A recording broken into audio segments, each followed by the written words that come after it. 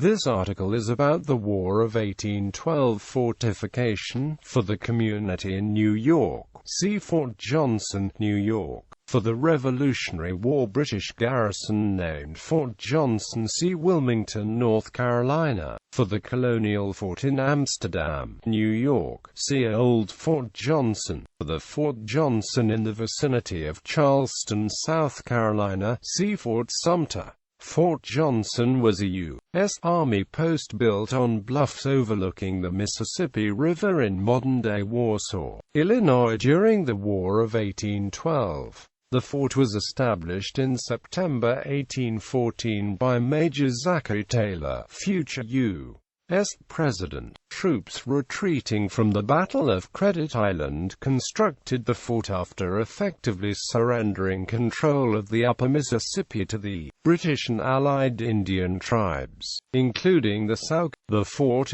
which held a full company of men, was completed in just a few weeks, and had a commanding view of the Mississippi Valley, the mouth of the Des Moines River, and the foot of the Des Moines Rapids. Because of the chaotic situation along the Mississippi River frontier, the fort was abandoned in late October 1814 after provisions ran out. The company retreated to Capo Green near St. Louis. Black Hawk described the founding of the fort in a skirmish in his autobiography. A party of braves followed to watch where they landed, but they did not stop until they got below the Des Moines Rapids, where they came ashore and commenced building a fort. I did not want a fort in our country, as we wished to go down to the two-river country in the fall and hunt, it being our choice hunting ground, and we concluded that if this fort was built, it would prevent us from going there. We arrived in the vicinity in the evening, and encamped on a high bluff for the night. We made no fire, for fear of being observed, and two young men kept watch by turns while others slept.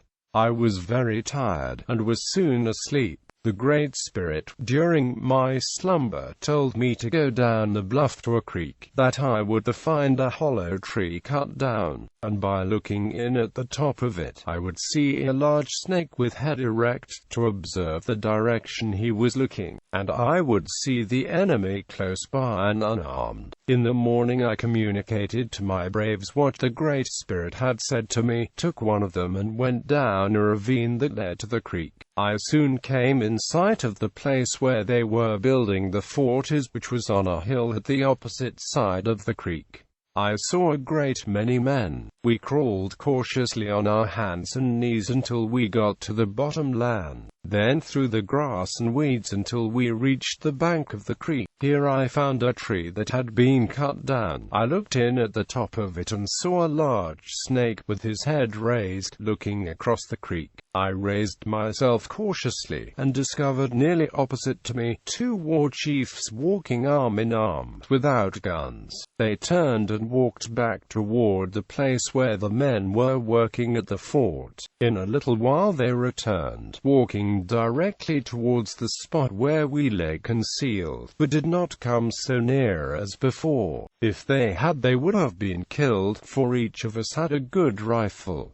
We crossed the creek and crawled to a cluster of bushes. I again raised myself a little to see if they were coming, but they went into the fort, and by this they saved their lives. We recrossed the creek and I returned alone, going up the same ravine I came down. My brave went down the creek, and I, on raising the brow of a hill to the left of the one we came down, could plainly see the men at work. I saw a sentinel walking in the bottom near the mouth of the creek. I watched him attentively, to see if he perceived my companion, who had gone toward him. The sentinel stopped for some time and looked toward where my brave was concealed. He walked first one way and then the other. I observed my brave creeping towards him. At last he lay still for a while, not even moving the grass, and as the sentinel turned to walk away, my brave fired and he fell. I looked towards the fort, and saw the whites were in great confusion, running wildly in every direction, some down the steep bank toward a boat. My comrade joined me. We returned to the rest of the party and all hurried back to Rock River, where we arrived in safety at our village. I hung up my medicine bag, put away my rifle and spear, feeling as if I should want them no more, as I had no desire to raise other war parties against the whites unless they gave me provocation. Nothing happened worthy of note until spring, except that the fort below the rapids had been abandoned and burned by the Americans. In October 1815 the fort site was reoccupied and rebuilt, christened Cantonment Davis. Troops stationed at Cantonment Davis helped to construct Fort Edwards, an important military and trading post occupied until 1824 by the U.S. Army and by traders until about 1832. Recent archaeological survey has determined the probable location of Fort Johnson, Cantonment Davis.